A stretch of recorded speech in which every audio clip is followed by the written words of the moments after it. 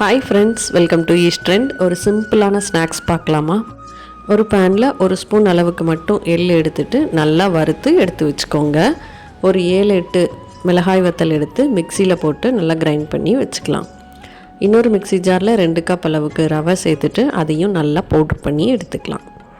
இப்போ இது எல்லாத்தையுமே சேர்த்து நம்ம மாவு பிசைஞ்சிடலாம். பவுட்ரு பண்ணி வச்சுருந்த ரவையை சேர்த்துட்டு தேவையான அளவு உப்பு சேர்த்துக்கோங்க. எள், சில்லி ஃப்ளேக்ஸ் எல்லாம் சேர்த்ததுக்கப்புறமா கசூரி மேத்தியை ஒரு 2 ஸ்பூன் அளவுக்கு எடுத்துகிட்டு கையில் நல்லா க்ரஷ் பண்ணிவிட்டு சேர்த்துக்கலாம். இது நல்லா ஒரு ஃப்ளேவர் கொடுக்கும். அது கூடவே ஒரு 3 ஸ்பூன் அளவுக்கு எண்ணெய் சேர்த்துட்டு ஃபஸ்ட்டு நல்லா பிசைஞ்சு விட்டுட்டு தேவையான அளவுக்கு தண்ணி சேர்த்து நல்லா சப்பாத்தி மாவு மாதிரி பிசைஞ்சு வச்சுக்கலாம். மாவு பிசைஞ்சதுக்கப்புறமா லைட்டாக தண்ணி தெளிச்சுட்டு மூடி வச்சுக்கோங்க. ஒரு 10 மினிட்ஸ்க்கு அப்புறமா நம்ம ரெடி பண்ணிடலாம்.